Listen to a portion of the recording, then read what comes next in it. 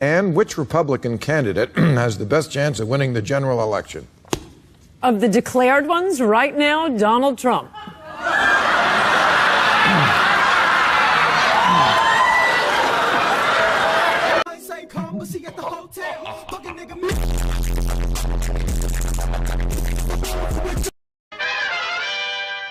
One of the main things you look for is this nonsense about, oh, yes, of course we want to secure the border, but not a wall. Look, if they won't put a wall on the border, they're not serious about it. So you have Chris Christie saying, yes, we want to secure the border, but I've seen the human spirit. A wall won't work. You have Jeb Bush saying it's an act of love. You have, various others saying, no, we're going to have drones and high technology. Drones and high technology on the border is a synonym for no wall. What's a drone going to do? So we can watch them run across the border? That's great. But, our country's being ruined, but at least we'll be entertained. What about, because the supporters, on the other side, look at the polls like this one from CBS News, and they say the American people are behind doing something to allow people to stay. Look at this. Republican voters believe immigrants in the U.S. illegally should be allowed to stay 55%. Does that mean the Republicans, are against you on this? I don't think so. I think it's the way questions are asked. I mean, that's very personal. You don't want to feel like you're being mean to the people who are here. And yeah, a lot of them are admirable. A lot of them are good people. That shouldn't be the question for someone running to be the president of the United States. The question should be, does this help America? And I'd like to ask them, how many immigrants are enough? We already have 42 million immigrants in this country. These guys all talk about how they want to go back to the era of Reagan, and they'd be Reagan. Well, in the 80s, when Reagan was elected, 1 of every 16 people residing in America was foreign-born. Today, it's 1 in 7. 1 in 7. At what point? Okay, we have 42 million now. 100 million?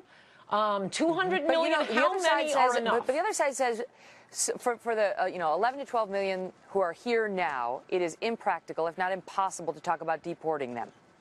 Well, I liked Romney's answer to that. Enforce E-Verify, and they'll go home the same way they came. I mean, everyone made fun of Mitt Romney for saying they'd self-deport. Oh, it's so impractical. And there aren't 12 million. There are at least 30 million. Okay, so let's say 30 million. How are 30 million going to self-deport? Are you going to round them up? Well, we didn't round them up to get them here. They're going to go home the same way they came. Ann, thank you. Thank you.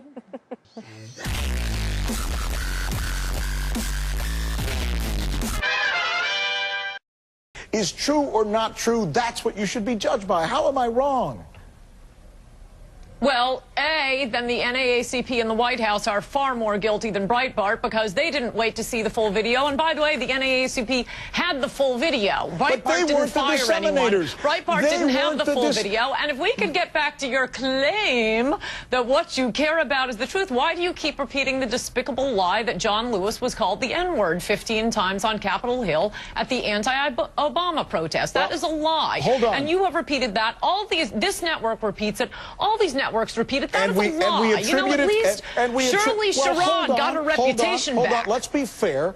Let's be fair. We attribute that to the congressman who made that assertion. That's called attribution. It wasn't John Lewis.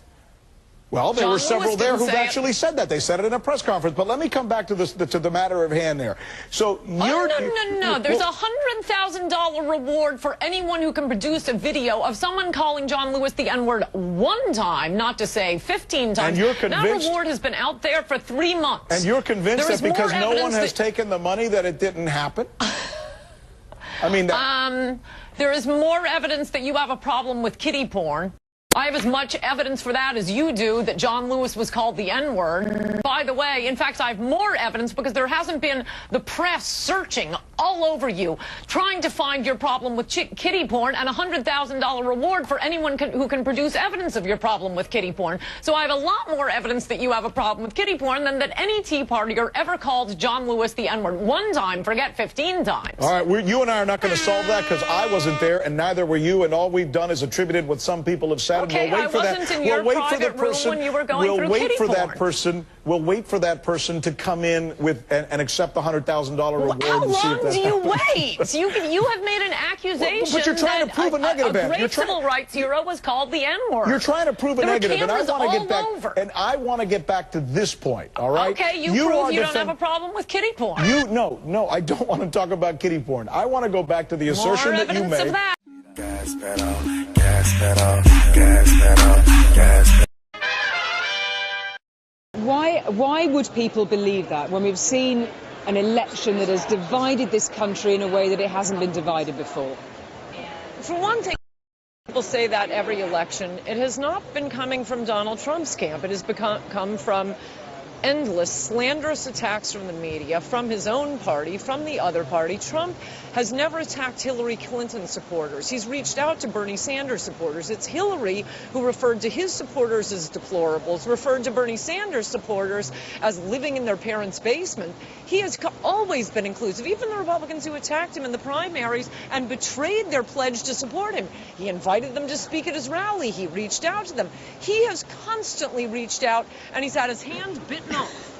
What about accusing some Mexicans of being rapists as coming in here? What about calling women dogs and pigs? Is it reaching out to the parts of the electorate? For Pete's sake, this is that came out at the first debate. The dogs and pigs are things he said as a reality TV host. He's joking around. And what about the Mexicans? Tell the speech. Stop saying he's calling Mexicans rapists. Yes, of course, Mexico is not sending their best people. They are sending drug dealers. They are sending rapists. And you know who knows that best of all? The legal Mexican immigrants who are trying to get away from those Mexican rapists. How do you think he'll bring this country together? You've got your hands on your hips. You've made me put my hands on my hips. Absolutely. You tell me how he's going to get this country back together after this toxic campaign. I don't know what get the country together. He's going to build a wall. He's going to bring back jobs. He's going to bring back the economy. Americans have been suffering horribly for 30, 40 years now, especially in manufacturing jobs, the entire Midwest. They're going to be very unhappy on Wall Street. Very, very unhappy. So this town will not be happy with Donald Trump's election. But out in America where they need jobs, where their schools are being overwhelmed with people from very different cultures who don't speak English, they're paying for English as a second language classes, their emergency rooms are full. This is all about immigration. And apparently a lot of Americans agree, no matter how much they've portrayed Donald Trump as a monster, and he isn't a monster. Let's start with you, Ann. Is there a double standard in how the media covered the Trayvon Martin story and these two murders that occurred just this week? Yes, absolutely. This is what my last book is about, Mugged, Racial Demagoguery from the 70s to Obama. It was much worse in the 70s, 80s.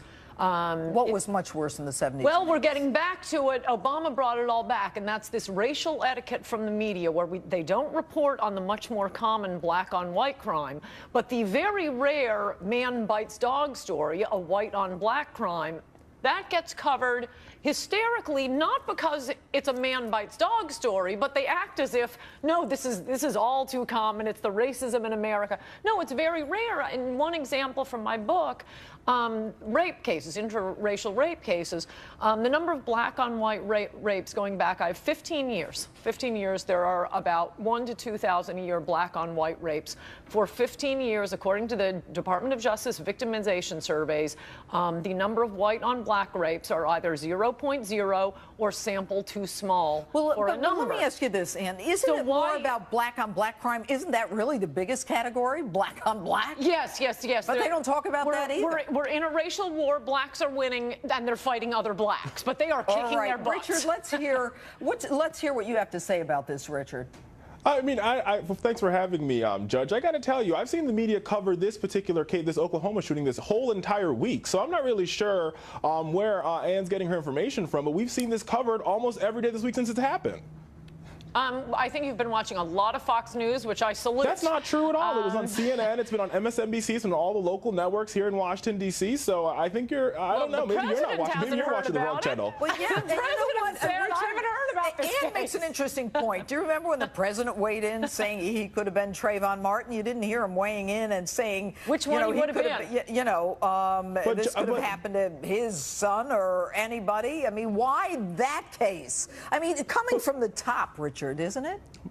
No, but Judge, I think there's a big distinction between the Trayvon Martin case and this individual in Oklahoma. First, let's be honest here, right? Anytime somebody is killed, it's a heinous thing, it's a horrible thing. The one thing that connects Trayvon and the guy who died in Oklahoma is that they were both young individuals who had their whole lives ahead of them. The distinction here is that there is indication that there's a possibility of racial profiling in the George Zimmerman case, which made it a reason for the president to comment. As an African-American man, just like I'm an African-American man, there is people racially profile. In this particular situation, Trayvon Martin was racially profiled. Even the prosecutor brought these charges without going to the grand jury, I might add, said that race had nothing to do with it, that it was in response to inquiry about who that person was that would look suspicious. But let's get back to this. You say that there is enough coverage of this black-on-white crime, and you say that there isn't. Well, you technically introduced the subject, but I do think it's been covered a lot more on Fox News than it has been other places. And part of the reason this and the Shorty case, I don't think the Shorty case has shown up any place on MSNBC. Yes, it was the cover of Drudge. We do have some of our own media now. But the only reason they're even being covered by Fox News and by Drudge is because it's in the wake of Trayvon Martin, when we were told that, you know, black people in America have to be afraid Richard, of whites murdering them. What about the tweets of 16-year-old, I believe, James Edwards? 90% of white people are nasty. # hate them. It's time to start taking lives. I've never been this meaning mad in my life. I mean, this guy actually is on social media talking about how much he hates white people, and then what you've got are the two of them in the back seat, and they're killing a white person. Well, but I hear that. Don't get me wrong. I don't think he should. I mean, I think that tweet is inappropriate. I think we should all work on getting along. At the end of the day, and I think, Judge, you can agree here. No, this isn't about getting along, Richard, with all due respect. This is about hoodlums running around and killing other people. I agree with you, This is about Judge. an 88-year-old man who was beaten to death, someone who put his life on the line for us. Why? Why is there so much anger? I agree with all those points. I'm not justifying the crime at all. I think in both situations, all those thugs should go behind bars if they are proven guilty. All right. Richard, last question.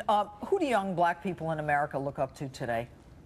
I mean, I think there's a lot of good role models out there for them to look up to. I think a lot of folks look up to the President of the United States. You can look up to your family. I mean, that's a hard question to answer, but I think there's a lot of African-American role models out I just want to answer why quickly, because that goes back 2 books back to Guilty. It is very, very heavily associated with single motherhood and the destruction of mostly the black family, but the white families are catching up.